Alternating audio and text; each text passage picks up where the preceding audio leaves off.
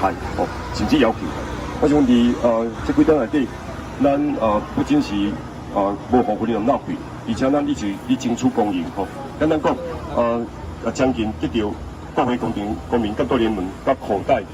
监督国会将近20个讲座。那这个20个讲座，真的是我们一直以来努力这样的打拼，才有这样的一个好成绩。我用这个成绩来回报对我期待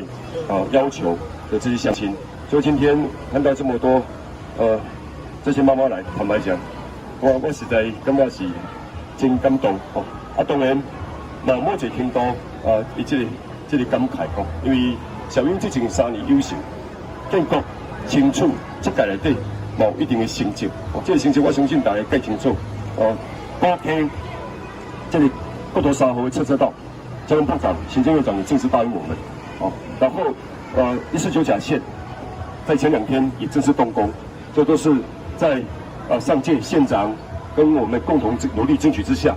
所得到的这样经费。然后在云林在斗六国民健康运动中心，现在已经启用了一段时间。云林溪我们已经先盖完成，然后还有5个大的工业区，台1线到台3线的串联道路也已经在明年年底，明年农历前要完成通车。然后在大埤盐潭大排也陆续1期、2期在施作。在西螺有更正长的蝴蝶公园，还有整个2轮轮备，所有的这些基础建设，防治沙尘暴的经费到位，还有沙尘暴的每3个月的平台会议，还有防治地形下陷的相关的措施，就将近10亿的经费也都陆续在到位。然后在赤董 IV 的胜利大路，还有河水溪跟林内的相关最名的堤防，